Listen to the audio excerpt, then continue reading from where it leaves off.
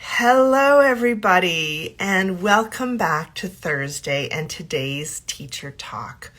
I am really excited about today because we had an opportunity I had an opportunity to join in and invite. And I had a chance to be interviewed by Stefani from CBC Regina, and there she is, and she's joining us Hi, today. Lisa. Hi, Stefani, you did it. I'm so glad you're here. Thanks so much Thanks for for having jumping. me. Oh, I'm so thrilled. So Stephanie and I did an interview for Radio Regina earlier today because I'm going to be there presenting tomorrow, and I'm really excited about it. And then I was kind of talking to her, and I said, hey, why don't you come in and join me on my live so we can also chat here? And she graciously said, sure, why not? So thanks for being a good sport and for No coming in problem. and playing here. And I'm going to let you guide this interview, and I'm going to try and do my best to answer. So Sure. thank you so much for doing this. No problem. It's my pleasure and in my wheelhouse to interview. And how could I say no to doing that in return for you when you were kind enough to talk with me and our listeners this morning? I've already had quite a lot of reaction on social media about the whole idea of self-compassion and how it might be different, as you told me, from self-care. So we can talk about that. Not that self-care can't be self-compassion, right? But that self-care might be a bubble bath. Self-compassion could be something more meaningful than that. I start almost every interview with an interesting person doing interesting things by asking them how they came to do that. Lisa, how did you come to get interested in self-compassion? Yeah, thank you for asking. You know, for me, it was a long journey of going through my own experience of burnout as a tired teacher, right? And at the same time, experiencing my own burnout while I was talking about teacher well-being to so many educators. And I saw this this paradox, like this, how can I be feeling my own tiredness and sharing and talking about how much we need to talk about well-being? And during that time, I would get really hard on myself about it. I was like, I'm not even authentic. Like, I'm burnt out. And this is, and I could hear this critic coming up. And I kept thinking, like, I've got to find a way to be okay with my own struggles and share them. And I had been teaching mindfulness for many, many years to educators. And I had the opportunity to, learn through my mindfulness journey about loving kindness. And it's a type of practice we do in mindfulness. And it took me a bit of on a journey to say, like, what is this? Because I really appreciated how it felt when I was kind to myself. And I started to find the research by Drs. Kristen Neff and Drs. Chris Germer. And they created a program called Mindful Self-Compassion. And I was like, this is so interesting. And I started to see that not many people were doing this work. And as we know, like when you find that something that you enjoy and not many other people are doing it, it was sort of like, well, maybe I should do this.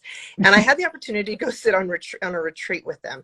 And it was so funny. It was about 5 or 6 years ago. And I had just finished a week holiday with my family. And I went on this self-compassion retreat. And I was like, this is going to be glorious. It's like 5 days. It was over near Seattle.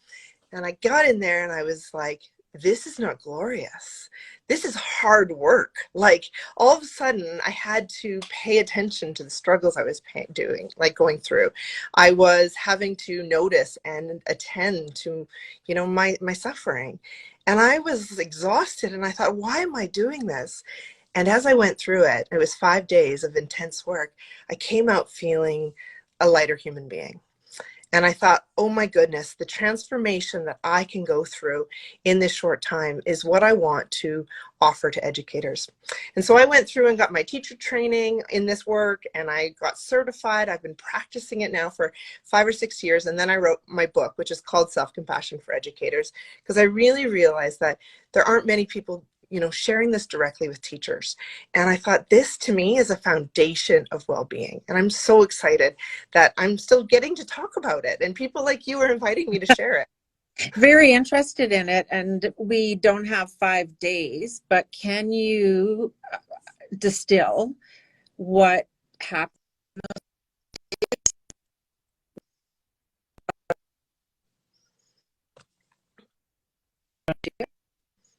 I don't know about my listeners, but for some reason, Stephanie, you're getting cut out there a little bit. And I think what you're trying to say is, can I pull some of what I did in those 5 days? So I'm going to just let hopefully it's just your Wi-Fi and we can get loaded back in here. And hopefully it's not mine and you can all hear me. If you're listening, give me a wave if you can still hear me, and hopefully we can get Stefani reconnected here. But I think what she was trying to say is, like, we can't all take 5 days. Are you there? I think we cut out for a second. Can you hear me? There, now I can. Oh, it's still pretty glitchy, but that's okay. Yeah. So I'm going to explain your question while you take a minute to see if we can figure out your Wi-Fi or your data. Yes, the thing I'll say is self-compassion is not a one and done. And so that's a really important thing that we can, if we're trying to distill some of the practices to do on a regular basis, we have to recognize that you can't do it once and be like, all right, I got that, right? Like, you can't do a Pro D on something around assessment and be like, okay, I think I understand this, I'm going to go apply it. Self-compassion is an ongoing practice. Compassion is a practice. And so you don't need 5 days. You can start right away. However, I would say it can't be something you try and be like, this is hard, I don't ever want to do it again. It has to be something we need to revisit on a regular basis. So quickly, some practices to try, simply the first one I often invite people to do is, like, can you just talk to yourself the way you would talk to your best friend? Maybe even your students in your classroom. It's amazing how quickly we realize that we are so kind and caring to the little people in front of us that we teach. And then we walk away and we realize our own internal voice is just not the same. And so paying attention, getting curious, starting to notice, how am I talking to myself? It's not going to be a quick switch to all of a sudden being able to do it, but it might be like, ooh, ouch, that was harsh, right? Like, we can just like, ooh, girl, and start to just say, ooh, where can I offer a little more warmth? Another practice that really lands for many people, and I thought was totally woo-woo when I first did it. I heard about it. I was like, this is weird, but it's offering yourself some soothing touch. So it's like putting a hand on your heart.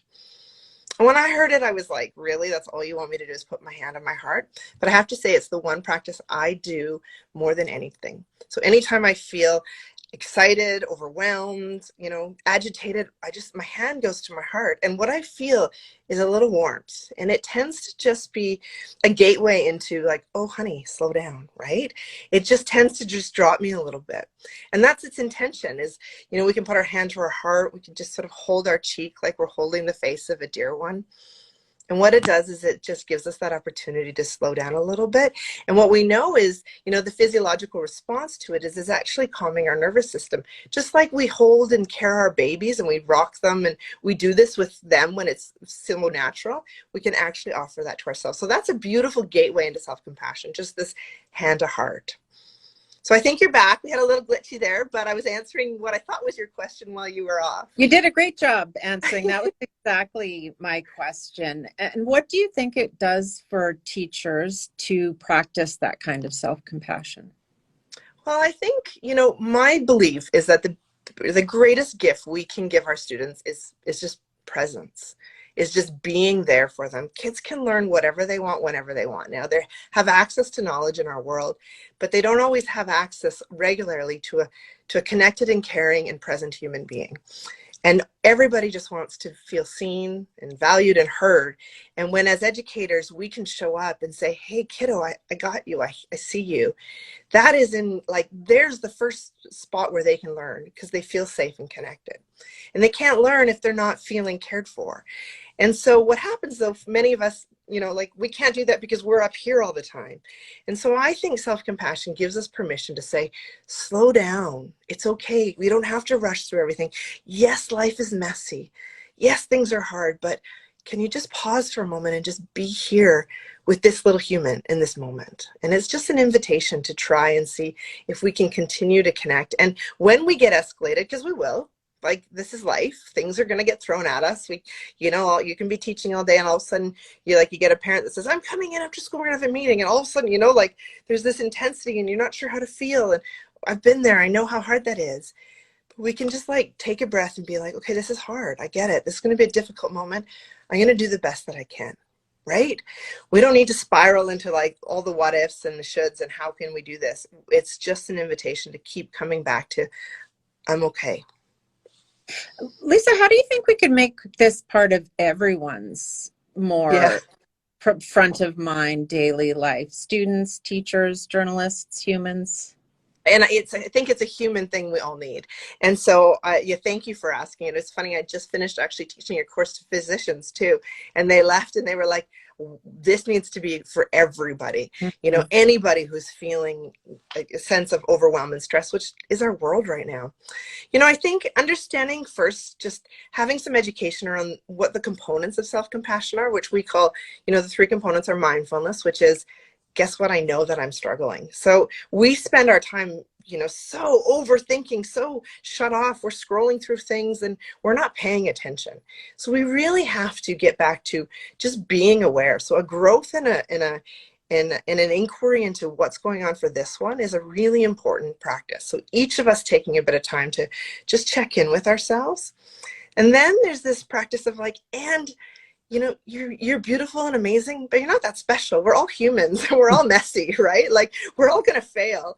And sometimes we get caught up in two, I sort of say, two parts of this continuum, and in the middle is this messy humanness. And sometimes we feel way over here and it's like, I feel really alone. Nobody gets me. Nobody understands what I'm going through. This is just for me. And it's really isolating. And I just want to remind that, like when we're in that, it's like, oh, right. You know, billions of people feel just like you do. And then the other time, sometimes what happens, and I hear this from teachers all the time, they start to get through a really challenging day, or it's a really difficult day, and they go, oh yeah, it's hard, but you know, other people have it way worse than I do, so I just not going to feel this right now. Like we kind of shove it in our back pocket and we try and push through. And then what happens is this is where we get close to burnout. Or it explodes when we don't want to. I've been that teacher where, you know, somebody says something and I'm crying in my classroom and it feels awful. And we don't want that. We don't want that for ourselves. We don't want that for our kids. So each time we notice something that's hard and we attend to it, it's sort of like we're just very gently putting on a life jacket in the deep end of the water. We're kind of floating a little bit above and we don't feel like we're drowning all the time. And that's what self-compassion does. It doesn't necessarily take us out of the deep end, but it does give us the tools to feel like we're supported. And then, so we pay attention, we notice with mindfulness, we offer ourselves this like connection to like everybody else. And then we just really try and invite some kind, caring words or a gentle touch or a reminder that we can do this. And sort of, you know, like, again, I say, what would you say to your best friend? What would you say if somebody else was struggling just like you? We often have the kindest words for everybody else, but they don't always come back to ourselves the same way. So seeing if we can just flip that back to our own hearts. I think this is, if we could start doing that in our world, we can show up more human for everybody who's struggling. And I think it would be such a gift to everybody. You mentioned crying when you don't want to, and I think I felt burnout for the first time this year, and I had no idea what it was for quite a while because it wasn't what I envisioned burnout to feel like. What do you think misconceptions might be about what burnout is and how it manifests for different people? Yeah, thank you for saying that. And I think the thing with burnout is that it does, you know, manifest in different ways for different people. And I think, you know, when I think of burnout, I think it's like we're just humans who have been carrying too much, you know, secondary trauma or, you know, vicarious trauma, meaning it's like we're just so tired of all the other suffering and things in the world. And we're trying to carry this heavy load and we haven't put it down for a really long time. And it just gets to a point where we're so weighted that we can't keep showing up as our best selves or even as our, you know, caring selves. And so burnout looks often like, you know, depersonalizing the people around you. It looks like being exhausted. Sometimes it can feel like we just don't care anymore. Sometimes it feels a lot like, what was my thought there? Like we just don't want to do the things that we're doing, especially when it comes to work, right?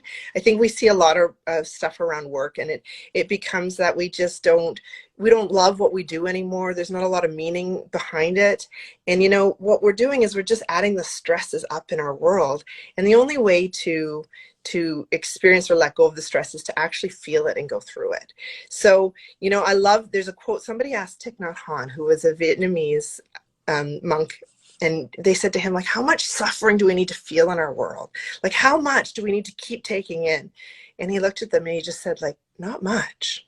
And that to me was so interesting because the minute we like, yes, you're going to feel other people's struggles, and yes, you're going to go through your own heartache and hurt and grief and loss.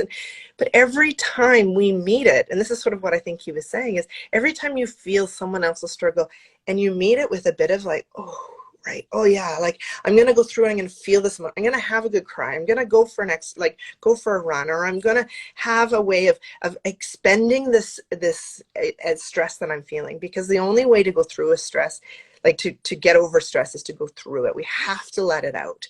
And we don't, as humans, we keep holding it in. And then that's what happens, is like, we feel like we just have nothing left to give.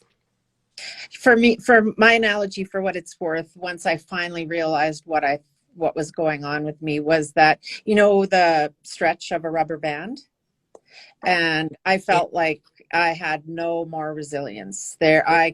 There was no stretch. So I'd get one email that says, you suck as a host, or vaccines don't work, and stop spreading lies. And whereas it might have taken 10, 15, 50 emails to make me feel bad, because I put them in perspective and weigh them against the positive comments, it would be like one little thing of someone saying something crappy, and I would just be like, done.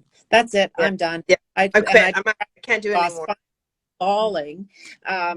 I just feel there's no more stretch in my elastic. Like one little thing, and it just snaps. Yeah. And it wasn't about wanting to not work, and it wasn't about wanting to. I still think it's an important job that I do, and I enjoy the job, but I had to find a way to get some resilience back in my rubber band. Yeah. And I think it do with the same principles. Yeah. Just well, knowing I think that's enough, and I can't do any more today, and I've done what I've done my best. And yeah, well, and lovely that you can find those words for yourself. And I think, the analogy you're feeling is exactly what teachers have gone through for the last, 2.5, 3 years, right? I love it. Like, they are stretched so thin. And, we think that they can hold so much, and they have adjusted and flipped and turned on so many different ways to be able to support our kids. And they're feeling so that sense of stretch.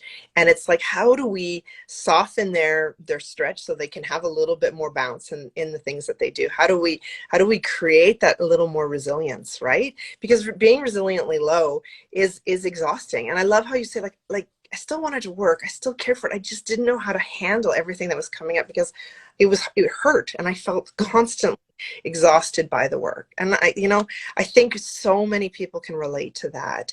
And what we know is the research, and this is again why I was drawn to self-compassion, is it wasn't woo-woo. There was empirical data that was showing over time how people were relating to this and being able to continue to grow. And they show that resilience is one of the things that grows when we practice self-compassion.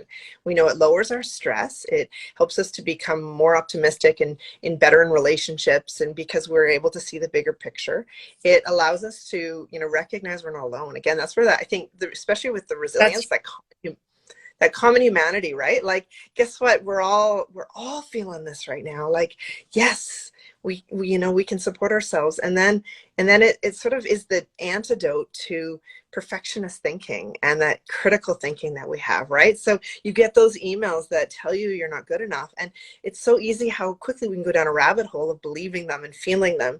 And yet what it really, that's where the practice of loving kindness says, as you did, I can still do this. It's okay. I've got this. Like, it doesn't have to be super warm and fuzzy. In fact, there can be a fierceness with this. Like, it can be like, I'm going to protect myself, and I'm going to put some boundaries up, and I'm going to do what I need to do to keep doing this work because I love this work. That's still self-compassion. It's not all, like tender and soft. There's a beautiful fierceness to it that says, I care about this one enough that I'm going to do what I need to do to really support myself. And I think maybe that's where we were talking about self-care earlier a little bit. Self-care done intentionally to support our own well-being is actually behavioral self-compassion. It's the action of saying, like, okay, I'm going to turn my emails off right now because this shitty stuff is just making me feel like terrible. And I'm going to get up and go for a walk because that's what I need. And that's going to help me a whole lot more than, going down this rabbit hole of sadness and frustration. And so I think that that's such an important practice when we are struggling, that we can give ourselves that permission to say, like, okay, what do I need? And that is a beautiful answer for self-compassion. I think it's so important, Lisa, really important work. I kind of wish it was more embedded in what we learn our whole lives. So we maybe don't have to fall down to find it, but it's great that you're helping people to practice it. Thank you. And, you know, I think that this is the journey that we're going to go on, is to try and embed it. I think systems and people need to hear things over and over and over again, right? And so, you know, you never go into a gym and lift a weight once and be like, all right, I'm so strong, I got this. And this is a practice. And if we continue to hear it and continue to see it, it starts to get integrated. We start to grow the muscle of this practice. And so my hope is that we continue to share this messages, and having people like you continue to put it out there, and people being like, oh, that's interesting. You know, every time we get a little more curious about it, we continue to grow this as a practice. It's been really great for me to meet you and think more about this in my own life. Oh, well, thank you so much for popping in here today. And, you know, I'm so excited for the messages that we're sharing, and that for the educators and everyone else, like you said, like my love is to show up for teachers, because I am a teacher. I was born a teacher. I was born from two parents who were teachers. I've been in education all my life.